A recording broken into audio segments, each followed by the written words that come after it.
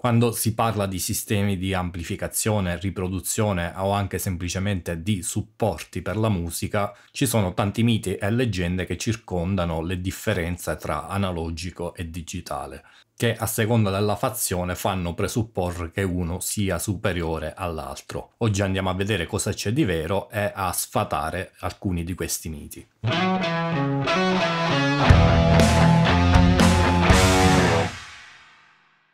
Prima di iniziare però voglio fare una piccola premessa. Io con questo video non voglio certamente convincere nessuno ad abbandonare le proprie abitudini di ascolto o convincerlo a cambiare la propria strumentazione. In questo video discuterò di questioni prettamente tecniche che comunque non sono l'unica cosa da considerare quando appunto si sceglie come ascoltare la musica o come suonarla. Lo scopo di questo video però è quello di fare chiarezza su certi argomenti che spesso non vengono compresi bene, in modo che poi ognuno possa fare una scelta consapevole e non basata su delle leggende metropolitane. Parlando di leggende metropolitane, sicuramente una delle più diffuse è quella secondo cui l'audio digitale sarebbe inferiore perché non è continuo come quello analogico. Infatti, come probabilmente saprete, quando un segnale analogico viene convertito in digitale, viene campionato ad una certa frequenza, detta appunto frequenza di campionamento. E secondo questa tesi, le informazioni presenti fra un campione e l'altro dell'onda sonora si perderebbero all'atto della conversione in digitale. In realtà questo mito però nasce dal non conoscere o non aver compreso bene il teorema di Nyquist, che è quello alla base del campionamento digitale di un segnale. Secondo questo teorema, infatti, per avere tutta l'informazione necessaria per replicare fedelmente un segnale, ci basta avere una frequenza di campionamento superiore al doppio della frequenza più alta presente nel segnale. La frequenza più alta che può percepire l'orecchio umano, a patto che questo sia in perfetta salute e giovane, è 20.000 Hz. Di conseguenza ci basta avere una frequenza di campionamento superiore a 40.000 Hz per coprire l'intero range dell'udibile. In realtà solitamente si sceglie di usare frequenze un po' più alte perché ci sono altri aspetti da considerare. Infatti il minimo accettabile è considerato 44.100 Hz, che è la frequenza di campionamento dei CD, ma questi motivi li vedremo dopo. Per il momento cerchiamo di capire meglio questo teorema. Se il nostro segnale ad esempio è una sinusoide con bassa frequenza, per ogni ciclo dell'onda avremo a disposizione tanti campioni che ci indicheranno con una certa precisione la forma di quest'onda. Man mano che saliamo con la frequenza, il numero di campioni per ogni ciclo diminuisce, finché arriviamo al caso limite, cioè una frequenza di 20.000 Hz con una frequenza di campionamento di 40.000 Hz, che è la cosiddetta frequenza di Nyquist, ovvero la metà della frequenza di campionamento. In questo caso la nostra onda sarà rappresentata soltanto da 2 campioni per ogni ciclo, ma anche in questo caso i campioni ci bastano per stabilire con certezza che forma ha quell'onda. Infatti l'unica onda sinusoidale possibile che passa attraverso questi punti è questa. Ma voi a questo punto direte: chi ce lo dice che il nostro segnale sia un'onda sinusoidale? Non potrebbe essere un'onda triangolare o un'onda quadra, ad esempio? In realtà in questo caso no, perché una forma d'onda diversa implicherebbe la presenza di armoniche, cioè frequenze multiple di quest'onda di 20.000 Hz. Infatti, come abbiamo visto nel video sulla distorsione, se non lo avete visto lo trovate qua, l'unica forma d'onda che contiene una sola frequenza è la sinusoide. Tutte le altre forme d'onda sono ottenute dalla somma di una sinusoide con i suoi multipli. E quindi la presenza di frequenze più alte della frequenza di Nyquist violerebbe il principio del teorema secondo cui la frequenza di campionamento deve essere almeno il doppio della frequenza più alta presente nel segnale. Infatti, per evitare ciò, prima della conversione in digitale, al segnale viene applicato un filtro passa-basso, chiamato anche filtro anti-aliasing, che va a tagliare qualsiasi frequenza superiore alla frequenza di Nyquist, altrimenti avremmo appunto aliasing. Ma di questo ne parleremo fra poco. Tutto quanto detto finora, tra l'altro, non vale soltanto per le onde sinusoidali, ma per qualsiasi forma d'onda, visto che questa può sempre essere considerata la somma di tante sinusoidi di diversa ampiezza e frequenza. E quindi lo stesso principio vale per qualsiasi tipo di segnale. Possiamo sempre ricostruire con assoluta precisione la forma dell'onda fra un campione e l'altro, a patto che il segnale non contenga frequenze superiori alla frequenza di Nyquist. Poi in realtà un piccolo errore può esserci, ma anche questo lo vedremo fra poco. Prima vediamo una diversa variante di questo mito, ovvero quella secondo cui l'audio digitale sarebbe a scalini. Questa variante nasce dal fatto che in molti programmi per PC, in molti editor audio, la forma d'onda viene rappresentata appunto con questi scalini, ma in realtà è soltanto una rappresentazione grafica. Cioè il valore in ampiezza dei nostri campioni viene prolungato temporalmente fino al campione successivo, ma questa scelta più che altro veniva fatta per rendere più visibili i campioni, che altrimenti sarebbero stati soltanto dei puntini e la nostra onda non sarebbe sembrata continua, diciamo così. Ma in realtà è una rappresentazione sbagliata, in quanto fra un campione e l'altro appunto non abbiamo un'informazione precisa, ma la ricostruiamo secondo i principi di cui abbiamo parlato poco fa. Infatti comunque nei programmi moderni, nelle DAW e negli editor, nei plugin, sono fatti per mostrare la forma d'onda corretta e non questa a scalini. In realtà i primi convertitori digitale analogico e quelli più economici ancora tutt'oggi funzionano in un modo simile, cioè tengono appunto il valore del campione precedente finché non comincia quello successivo. Però ciò non significa che il segnale che emettono sia effettivamente a scalini. Infatti c'è sempre anche quello che viene chiamato il filtro di ricostruzione. E anche questo non è altro che un filtro passa-basso. Infatti, se ci pensiamo, avere un'onda che ha degli scalini il cui valore cambia con la stessa frequenza della frequenza di campionamento sarebbe l'equivalente di avere una frequenza sommata al nostro segnale esattamente pari alla frequenza di campionamento, cioè una frequenza il doppio di quella di Nyquist. E quindi di fatto basta un semplice filtro passabasso per eliminare questi scalini e ripristinare la forma originale dell'onda.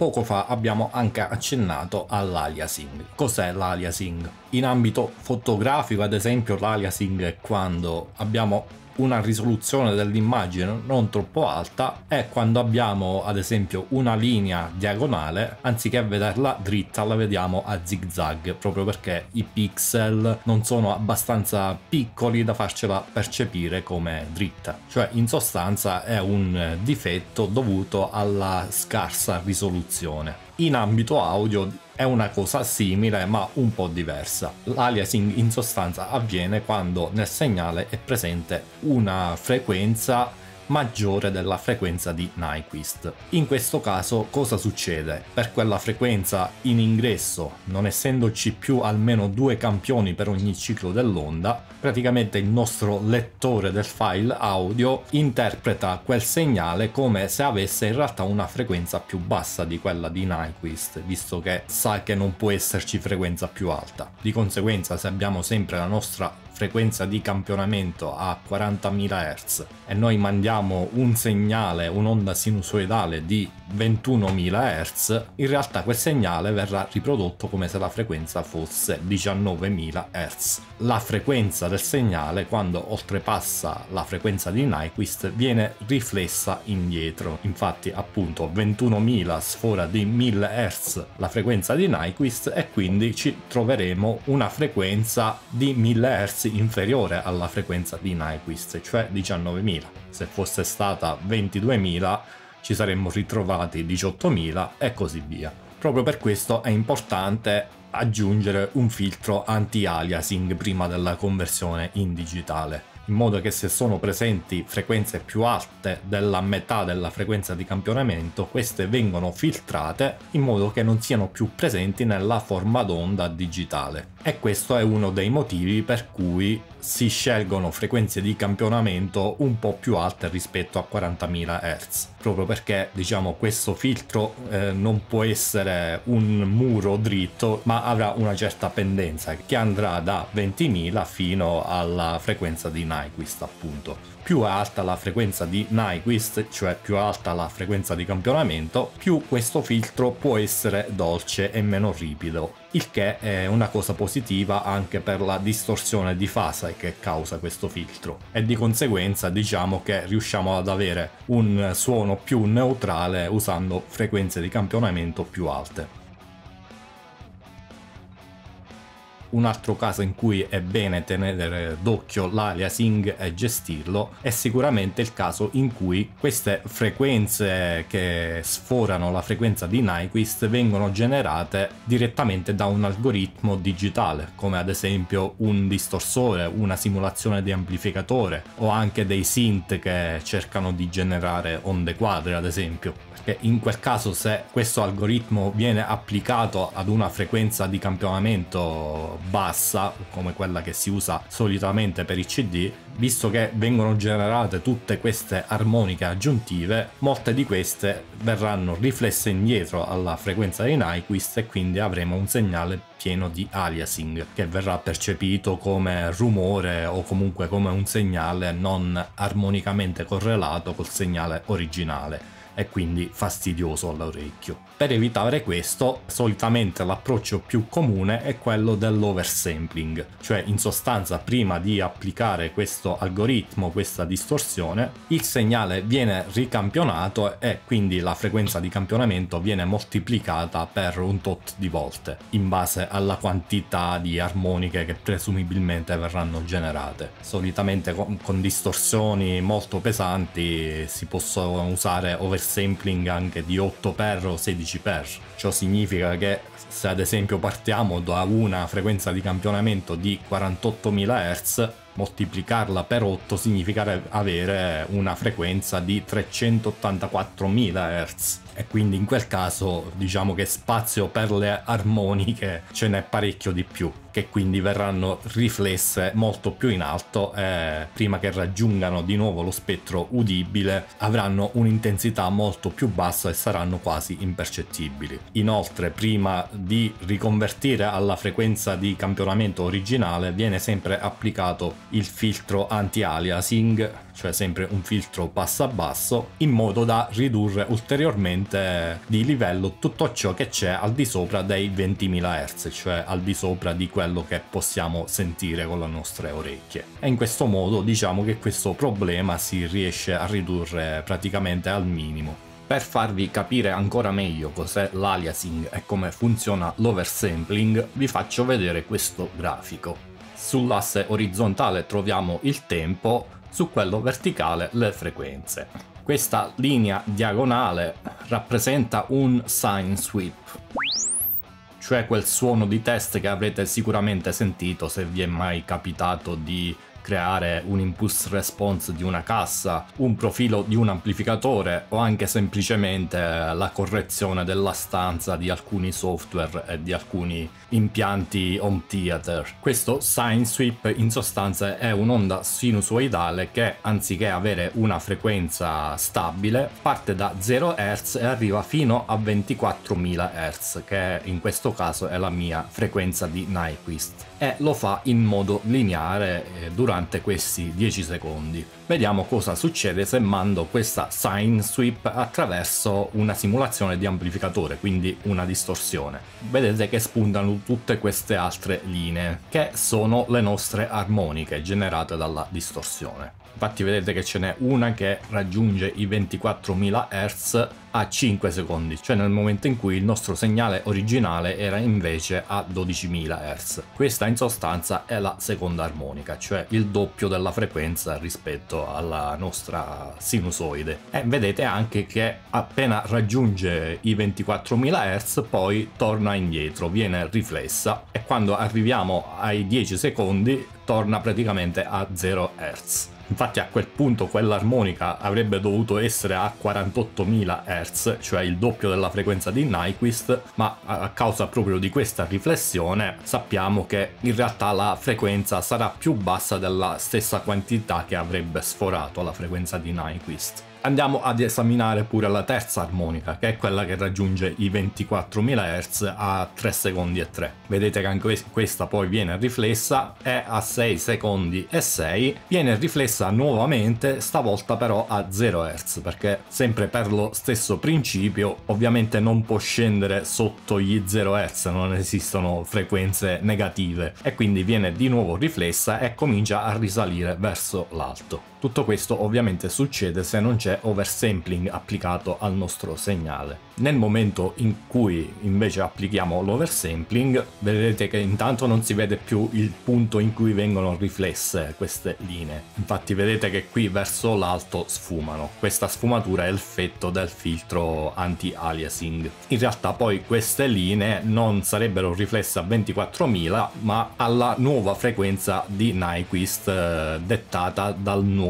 sample rate. In questo caso l'oversampling usato è 8x, quindi considerate che il punto in cui verrebbero riflesse sarebbe ben fuori dallo schermo, ovvero a 192.000 Hz. In questo tipo di grafici il colore ci indica anche l'intensità del segnale e se lo compariamo con quello precedente vediamo che comunque tutte queste linee riflesse hanno un colore molto più bluastro, sono molto più sbiadite rispetto a prima. Ciò significa che hanno un'intensità molto più bassa di prima e nella pratica risulteranno praticamente inudibili rispetto al segnale principale. Tra l'altro vedete che le riflessioni delle prime armoniche praticamente non sono più visibili in questo grafico, ma vediamo soltanto le riflessioni delle armoniche più alte, che ovviamente già in partenza sono quelle più vicine alla frequenza di Nyquist e che vengono sempre riflesse diverse volte sia in alto che in basso.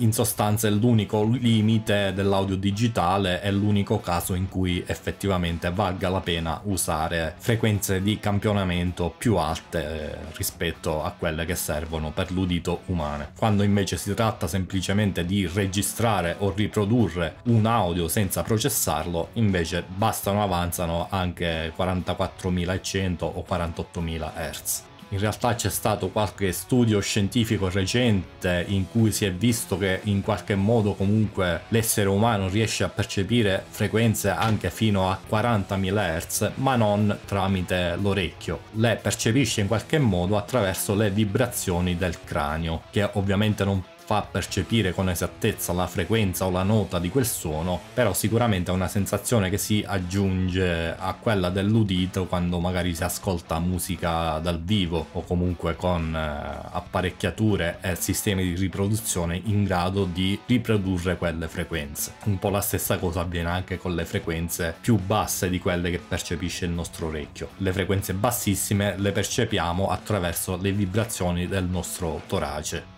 Facendo il confronto con l'analogico, consideriamo che molti supporti non sono proprio in grado nemmeno di raggiungere i 20.000 Hz, come ad esempio i nastri delle musicassette. Alcuni possono raggiungerle e anche superarli in teoria, come i vinili. Il problema però dei vinili è che si consumano molto facilmente e quando si parla di frequenze così alte le oscillazioni nei solchi sul vinile sono dell'ordine dei micrometri e quindi già solo 1 o 2 passaggi della puntina su un disco nuovo col calore dello sfregamento della puntina stessa finiscono per sciogliere il vinile e quindi quelle alte frequenze si perdono dopo poche riproduzioni del disco, sempre a patto che la testina sia abbastanza precisa da riuscire a leggerle comunque, senza parlare del fatto che comunque molto raramente in un vinile fossero presenti frequenze così alte, in quanto per essere presenti la condizione necessaria sarebbe stata che tutta la catena di apparecchiature usate per la registrazione di quel disco fosse in grado di catturare e riprodurre anche quelle frequenze. Infatti ad esempio un microfono a condensatore difficilmente riesce ad arrivare a 20.000 Hz, anzi molti di questi solitamente si fermano attorno a 15.000-16.000, quindi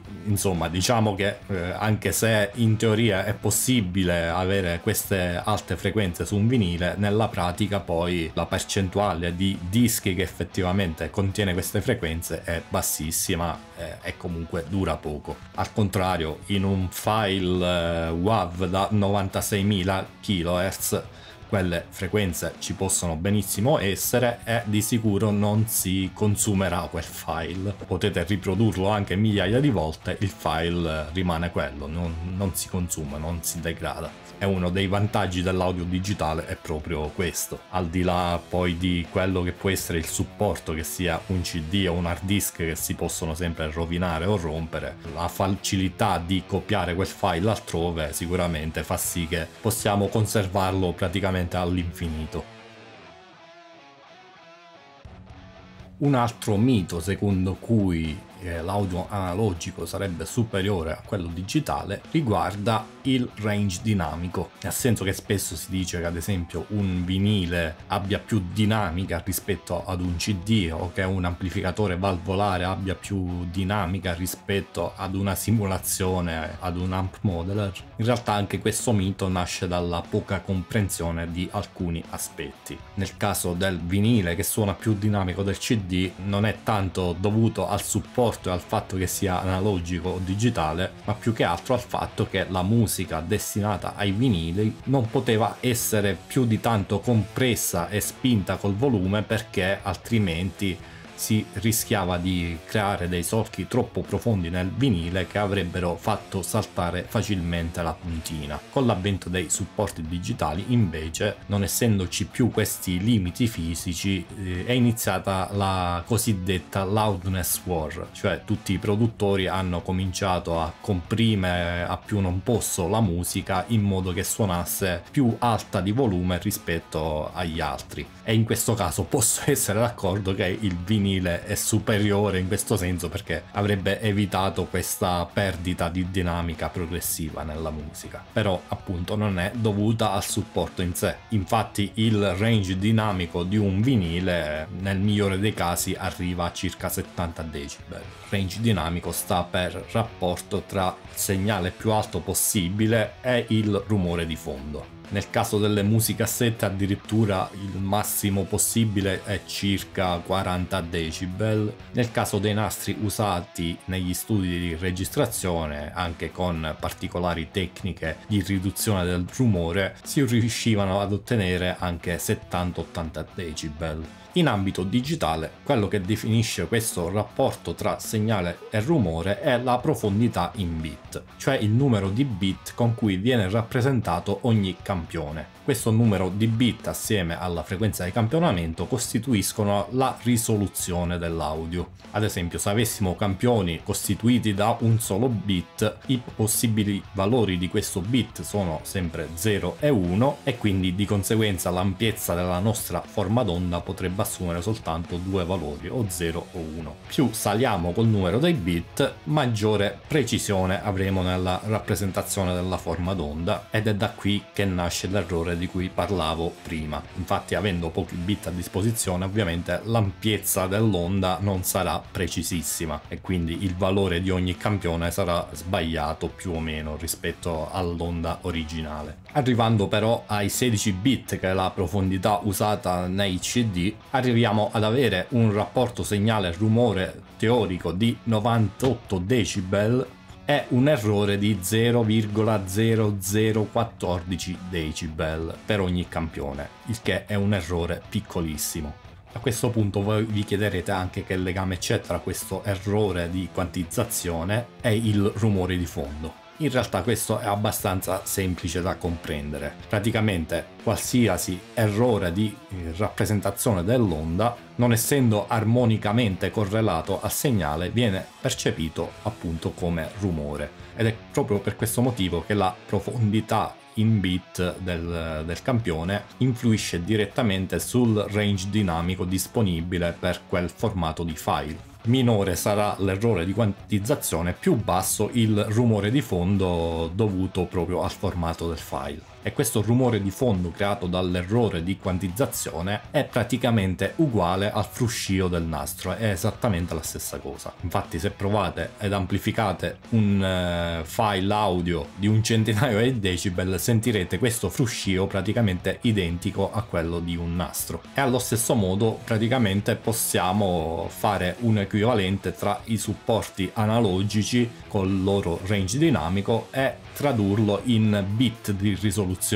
Quindi se prendiamo ad esempio i 40 decibel circa delle musicassette, questi corrispondono a circa 5 bit. E i 70 decibel circa di vinile e nastro da studio sarebbero circa 12 bit, quindi già vedete che in termini di range dinamico un semplice CD batte qualsiasi supporto analogico. Se parliamo di sistemi di amplificazione, magari anche in analogico si riuscivano ad ottenere risultati migliori. Nel caso ad esempio di amplificatori valvolari hi-fi magari si riusciva ad ottenere l'equivalente dei 16 bit, cioè circa 98 decibel di range dinamico, ma anche qui questi vengono battuti praticamente da qualsiasi interfaccia audio moderna, anche economica. Infatti spesso troviamo rapporti segnale rumore di 120 o addirittura 130 decibel nelle schede audio moderne. Per quanto poi riguarda la simulazione di amplificatori, questi solitamente vengono processati a 32 bit a virgola mobile o addirittura 64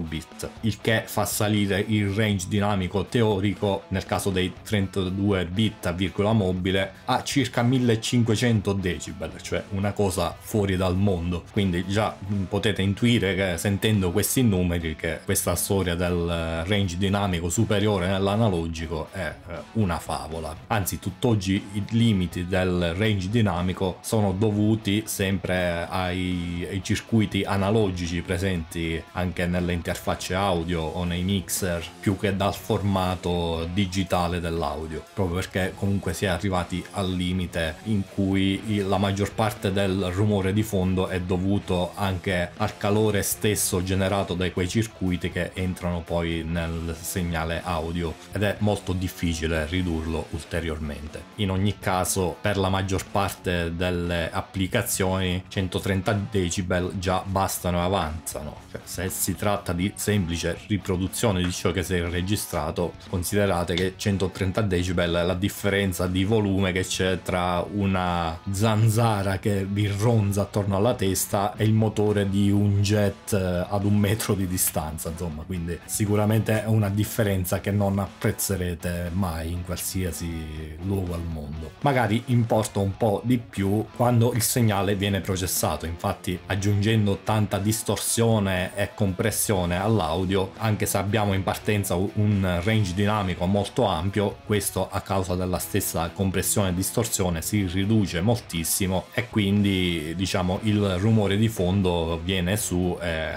arriva ad avere un livello molto simile a quello dell'audio, e lì sì che è importante avere un formato audio ad una risoluzione maggiore proprio per minimizzare il rumore di fondo appunto in queste applicazioni. È proprio per questo motivo infatti, per quanto riguarda simulazioni, plugin e via dicendo, si usa almeno il 32 bit a virgola mobile, se non 64 bit addirittura. Virgola mobile significa che di questi 32 bit 24 sono quelli che definiscono l'ampiezza del segnale, gli altri 8 sono un esponenziale, quindi quei 24 bit iniziali vengono moltiplicati per potenze di 10 in modo da appunto avere un range dinamico molto più ampio. Infatti un audio 24 bit ha un range dinamico di 146 decibel circa, un audio a 32 bit a virgola mobile invece ha circa 1500 decibel di range dinamico. Vedete che praticamente viene decuplicato.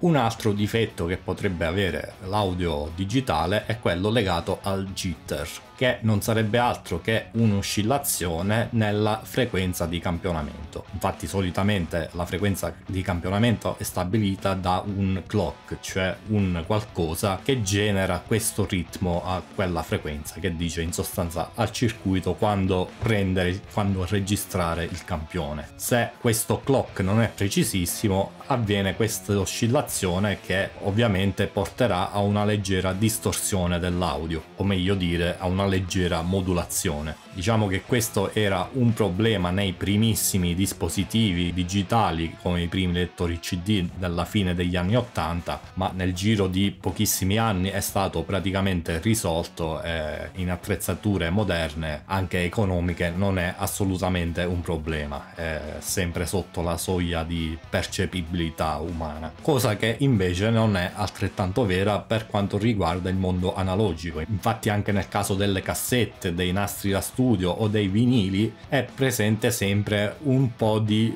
wow o flutter, che sarebbero appunto anche in quel caso una leggera modulazione del tempo di riproduzione dell'audio, e di sicuro in quel caso la quantità di questa modulazione è molto ma molto più grande rispetto a quella dovuta al jitter digitale. Nel caso dei vinili ad esempio può essere dovuta o a un non perfetto allineamento dell'asse di rotazione del giradischi, oppure anche semplicemente del buco del vinile non perfettamente al centro del disco. Per quanto riguarda i nastri invece sono semplici variazioni nella velocità di rotazione dei motori, o anche semplicemente il nastro non perfettamente uniforme che in certi punti quindi ha più attrito che in altri, e insomma quindi anche per questa cosa il digitale è nettamente superiore all'analogico, cioè non c'è storia proprio. Sono però comunque cose che magari contribuiscono anche un po' al fascino dell'analogico, perché magari per certi questi difetti contribuiscono ad arricchire l'ascolto della musica,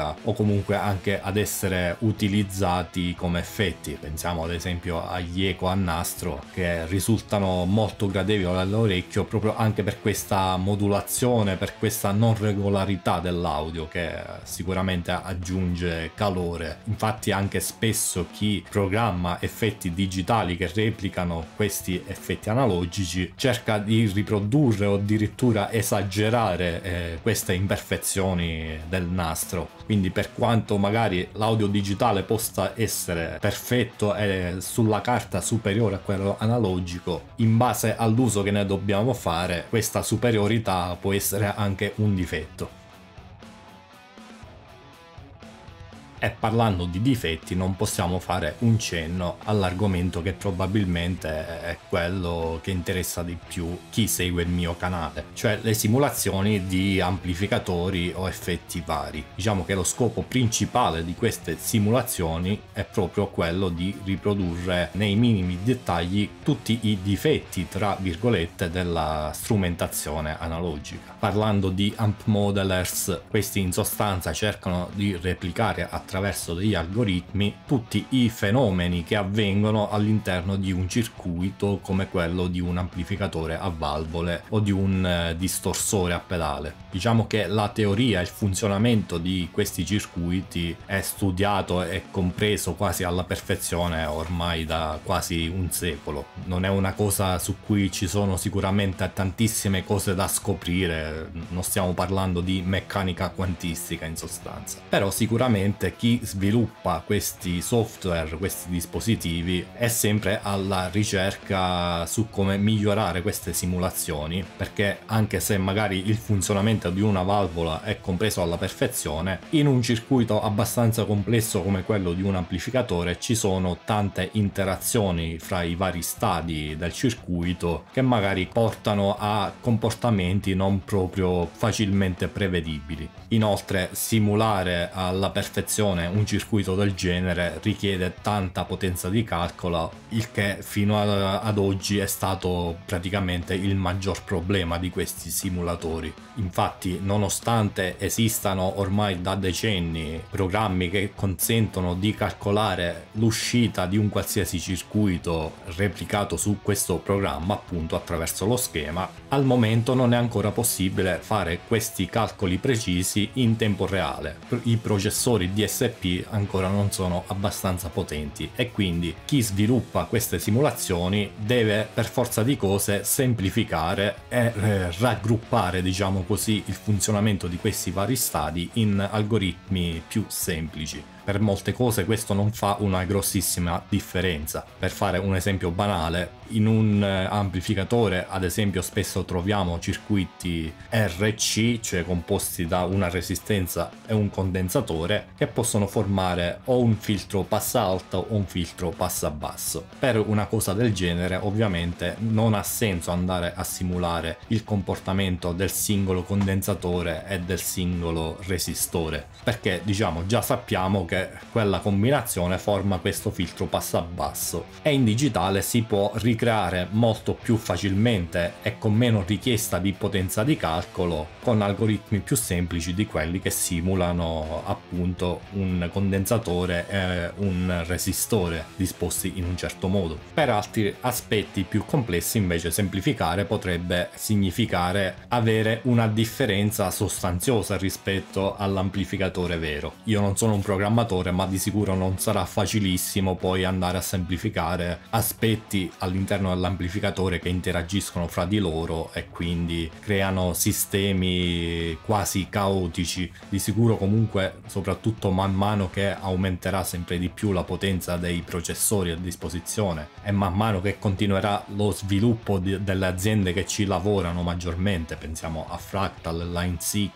oppure anche alle nuove macchine basate sull'intelligenza artificiale, sicuramente arriveremo al punto in cui una simulazione sarà indistinguibile da un amplificatore vero. E probabilmente già ci siamo molto vicini. In giro ci sono ancora tantissimi tradizionalisti che non credono che il digitale arriverà mai a pareggiare il confronto con l'analogico. Ognuno ovviamente resta nella sua opinione, però in giro ormai ci sono tantissimi confronti video, blind test, dove spesso anche questi integralisti, questi tradizionalisti falliscono nel riconoscere l'amplificatore vero rispetto a quello simulato. Poi sicuramente magari ci sarà anche qualcuno che è sempre in grado di riconoscerlo, questo non lo so, io non ho l'orecchio d'oro, per me le simulazioni già sono ad un ottimo livello ormai da diversi anni, ed è per questo che ormai praticamente ho venduto tutti gli amplificatori analogici che avevo e uso esclusivamente simulatori digitali. Anche qui ognuno poi è libero di scegliere quello che vuole. L'importante è che si faccia cercando di mantenere la propria mente più libera possibile da qualsiasi bias, da qualsiasi convinzione personale, che questo poi è l'unico modo per cercare effettivamente di rendersi conto della bontà di certe cose. E spero che questo video abbia un po' contribuito a liberare la mente da certi preconcetti per qualcuno. Con questo penso sia tutto, vi do appuntamento al prossimo video, iscrivetevi al canale se non l'avete ancora fatto, mettete un like e ci vediamo alla prossima. Ciao!